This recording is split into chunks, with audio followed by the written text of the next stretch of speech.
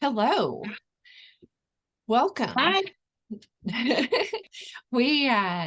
I'm so excited today about this. I've got Debbie Hanyon, a registered dietitian, the homeschool dietitian mom, and I have Shelly from There's No Place Like Home with me today.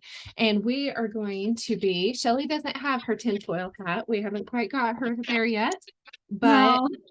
I got Debbie started on the tinfoil hat, so I've got mine on. And we're going to talk about some very interesting things from a homeschool mom perspective today. So, and I am Dawnita from Prairie-Trail.com. And if you like this kind of fun stuff, then definitely subscribe. We'd love to have you. And let's get started. So, ladies, something that's been late, we're all Bible believers here. I want to kind of set the stage here. And Debbie is into the creation with the diet and stuff, and Shelly, you have your YouTube channel and you talk about homeschooling things, and then you do this wonderful thing that I just enjoy called Question the Narrative. So I will definitely put their links below so that you can follow them as well. But we're just going to have some fun today. And the topic here for our first forum, I hope that we get to do this quite often. Our subject today is pre-flood. What was it really like? Jesus said, as in the days of Noah, is what it will be like in the last days. And the last days could be today. It could be 100 years from now. We don't know. But we're feeling like we're getting close, or at least I am, definitely. And what was it actually like in the days of Noah? And we kind of have this idea, this iconic idea that that everybody wore robes for 4,000 years. And they just wore robes and sandals, and they barely got the wheel invented or anything, and they just were backwards for all that period of time. And I don't believe that. What do you girls think? It's funny. I actually just got done recording a Question the Narrative video that I'm posting tomorrow. And I was actually talking about as it was in the days of Noah. And I was talking about what I believe it was like before the flood, not for the whole video, but for part of it. And I think we have to remember that when God created Adam and Eve, those first humans were the prime example of what humans were supposed to be, especially Adam and Eve before the fall. And then once the first sin happened, then everything started declining over time. But before the flood, everything was still really new. So I think that, they were probably healthier. They had better body types. And I think that intellectually, they were probably vastly superior to us. That's just my thought. I don't think they were living in caves. I think that is huge. I think that is huge. If Adam and Eve, and if you go through the genealogy in Genesis and before the flood, they lived to be 700, 800, 900 years old. Mm-hmm. Well, think of the things that we've accomplished in just the last 100 years. Mm-hmm. And if some of those people like Einstein and Marie Curie lived to be, instead of 80, 70, 80, 90 years old, if they lived 10 times that long, how much more would they have accomplished? How much more could I accomplish if I had more time? That's something we start thinking about, isn't it? When we get to this age, like, wow, imagine what I could, especially when we read other books where they get all that time. It's interesting what you say about the cave, because I think that's one thing, is that we associate cave with primitive. And I always think of, I think of a cave as like been maybe more like after the flood, right? Because they didn't have as much, but I certainly don't think of it as like a primitive, but I think that's what people associate. And every time I hear the word caveman, I think, oh, that they're usually implying that it's primitive. But yes, the bottleneck. I mean, we they had the perfect genes. They had no mutations. They had, and then it was downhill from there, right? They had all the genes for everything, and they lost, right? Yes. Some research I did years ago on bacteria, basically, that one of the things I researched was that certain bacteria become more pathogenic, like they're more likely to make you sick as they're devolving. They lose their genes and they become more pathological and more deadly. So yeah, starting out, it's like you can look at dogs and kind of see that, right? When they try to make breeded dogs, and then the dogs have all these issues. Yes, because they're bottlenecking because they're genes. trying to bring it down. We have issues on the farm with that, because so many people do inline breeding and it ends up being a problem. So if, as in the days of Noah, that means that everything that we have today, plus, until Jesus comes back, was already there at some point in time, and very likely before the flood, because those people had the ample opportunity to invent anything that they wanted to. They were prime health. They had it all. And the intelligence. I mean, we supposedly only use 10% of our brain. I don't know if I believe that, but I feel like I'm only able to access about 10% of mine most of the time. So if they were able to, think of all the words and do all the things, and what all did they have? And we do have some archaeological evidence that there was a lot that they did. What are some things that stand out most to you guys? I think just looking at the ziggurats, the pyramids, I mean, just to think of the technology that it would have taken to be able to move those huge stones and place them so geometrically perfectly in place. And, I think that what a lot of the historians tell us the pyramids were used for is not what their primary use was. I can't even claim to pretend that I know exactly what their primary use was, but I truly believe that it was some sort of technology that was being used, just the pyramids themselves. And, I was actually, because of the video I was doing today, it's funny because I was actually, the main point was entropy, and how we as human beings now are like a copy of a copy of a copy. And I actually got that from Trey Smith, if you've ever heard of him.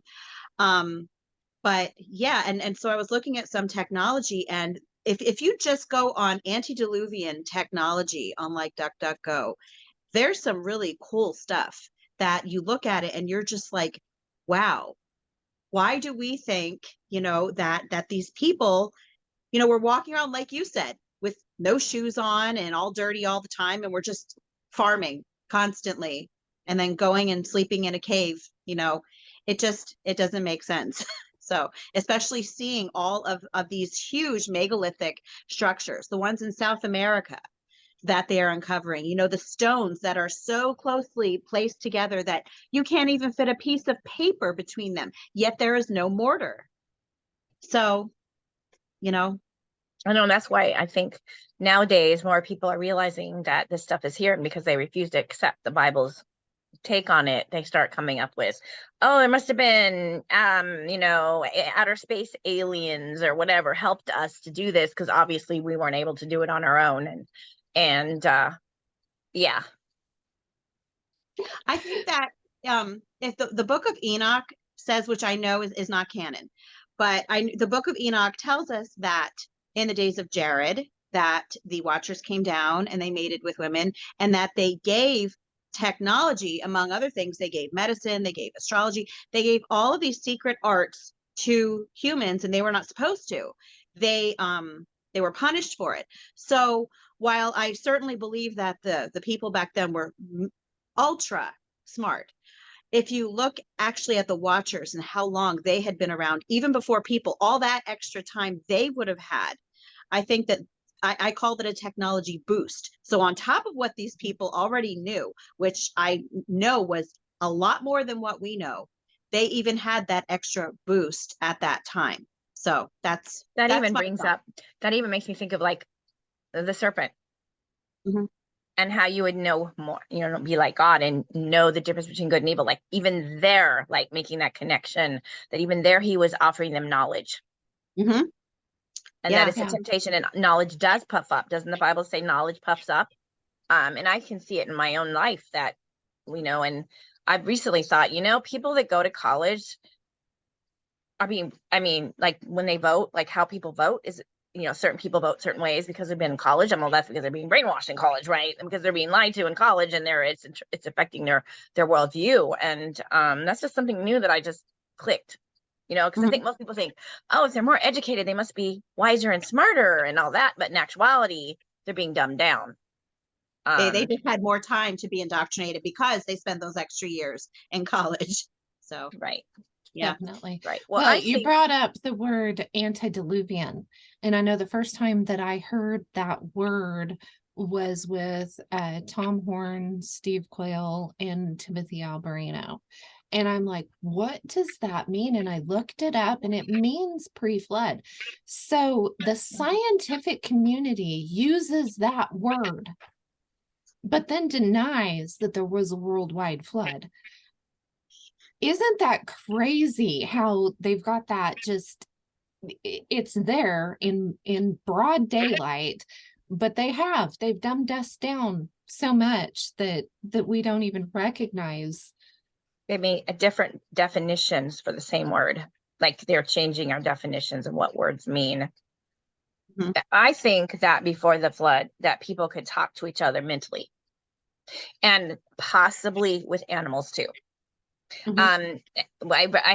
There was a series I read years ago, and I highly recommend it. It's actually written for like sixth grade-ish age. And it's hard to find. And the guy's been smeared, like he knows things, and they don't want him out there. So that he's like, if you go on Amazon, someone accuses him of being a sexual assault person. And what's the author's name? Jail, and there's like no proof of it. DB Max, but. He's the reason I heard about it is because I read a review in Creation Science Research Quarterly years ago, 2010-ish. And the first book is called The Time Twins. And I have that one on Kindle. And then I bought these hard copy because I thought, I want to make sure I always have access to these. So this one is after, or no, I'm sorry, this one is still captured in Atlantis. Is still before the flood, and they go into a city, and they it's just amazing. And then this one, they're in the Antarctica. They're in Antarctica. I know. And they're doing, they're underground, and it's warm and like amazing, and the government's going, what are you doing here? And, and his uncle has these amazing scientific abilities, and they travel through time. They go back and forth. And that's the first book's called The Time Twins because this guy named Seth is from the pre-flood. And then the other guy is, current day, and they go back and they meet each other, and they can talk to each other. And there's just a lot of amazing things in that book. But that's one of the things that book made me think about, is because it makes me think of Daniel and how Daniel was in the den of lions, and the communication, like if God wants, you know what I mean? Like if you're an animal person at all, what I mean when you say like you can communicate. You can imagine what it would have been like. And when it says that he put the fear of man into the animals, I really believe that we probably were able to. Can you imagine if people could listen to you talk? Like, I mean, if people could, what I meant to say is if people could hear your voice, your thoughts now, that would be really bad. I know. What I mean? Would not be safe, right? So definitely. Well, and I mean, they had some form of flight too, because we've got the Nazca lines again in South America, and then in India, they've got the little models of the airplanes and things. So I think they had flight as well. So if there's nothing new under the sun, then there had to have been some type of airplane before. There had to have been some type of train before. And as a matter of fact, whenever they're saying a lot of these train tunnels, and what are the underground trains in the cities called? Subways? Yes, subways. I mean, in Sergeant York is one of our favorite movies. And in there somewhere, Pusher, one of the characters, says, I never thought about the guys that dug those tunnels. Well, you're talking about a time period that barely had cars, and they supposedly dug those tunnels and pulled out all of that rock and stuff with horse and wagon. I'm sorry, it's a little beyond me. I have a hard time believing that. I think it was here before. That even with because I've mentioned this before in a couple of my videos, that my town is only 1.4 square miles, but under most of the town, there are what they call mining tunnels. And they go right underneath my house. In fact, you can see the opening to the cave that I always talk about. Out, if you look down my backyard, there's a cliff. But if you look into the history of these mining tunnels, it tells you that the tunnels were purchased, and it will tell you who purchased the tunnels, but nowhere can you find out who actually dug the tunnels. They were already there, and they were purchased. And they were even named. I was just recently thinking that, the dumbs, like we hear about the dumbs that are around. I'm like, you know what? All of a sudden I thought, I have a feeling those were already there. And that could even be why one of the reasons God decided to flood the earth. Because you read about what some of that stuff that's going on under there. Yeah. Now, and this, what was going on, that stuff was going on back then and maybe even worse. And that's what they're trying to do now, right? Is they're going through destroying them and flooding them out. And well, I know here in the interesting. U.S., most of the towns were founded. You don't see information about the towns being built for the most part. And we're out here in the wild, wild west. Well, in the late 1800s, there were these huge brick buildings, and you didn't have like cathedrals and stuff out here, but you definitely had some larger church type that have been turned into churches, but I don't think that's what they started out as. And so even out here on the Wild West, we've got stuff that was definitely, I have a hard time believing that they built it with horse and buggy. I think it's, at least if we will follow the official narrative according to what they tell us they were capable of at that time. Now, if they had more technology that we're not being told about, that's one thing. But from what we see, and even from historical accounts of like our family members who are older and heard from their grandparents and everything, it was steam. So I don't think steam could build, and yes, they had, some sort of makeshift crane systems and everything, but nothing to the point of what I think we're seeing. Yeah, definitely. That's where the dinosaurs come in. Because I've read books that go back in time, and they're like using dinosaurs to do a lot of stuff. Because we're not used to thinking about dinosaurs being living at the same time as humans. But yeah, I read a book that I read so much. And I've read a lot of fiction books in the past that really, going back in time and different series than this one, but still that part that stuck was the using dinosaurs to do stuff. It's kind of like the movie Dinotopia, if you've ever seen that.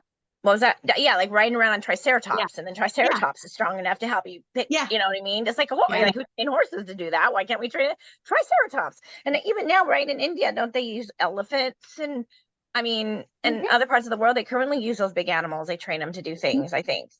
Definitely. And there's actually there's old pottery and artwork that actually shows what looks like a brachiosaurus with like a collar around its neck. And so in some of the artwork, it does look like they're tamed. So that reminds me, I have recently created a product, an education product that's based on research. And one of the biggest pieces of research that I used was a book called okay, I may have to look up the name of that book up. Dire Dragons, it's called. And it's amazing. It's like a table type book, like you sit on your table. And it has all these pictures. And this guy went all around the world, mainly Europe and other different places, and looking at archaeological evidence, like in museums and on old buildings of these dinosaurs that look like dragons. I mean, it's like an amazing book. I'm trying to remember the name of the guy, but yeah, the evidence is there. The evidence is there that they were living at the same time as us. And I think we'll wrap up part 1. And we'll do another one. I want to keep these relatively short so people can see them. And I'll make sure to put links to the books and things that we've mentioned down in the description. So I'm thank you, ladies, so much for being a part of this. And remember, you can make it through the dust storms of life with God's divine help.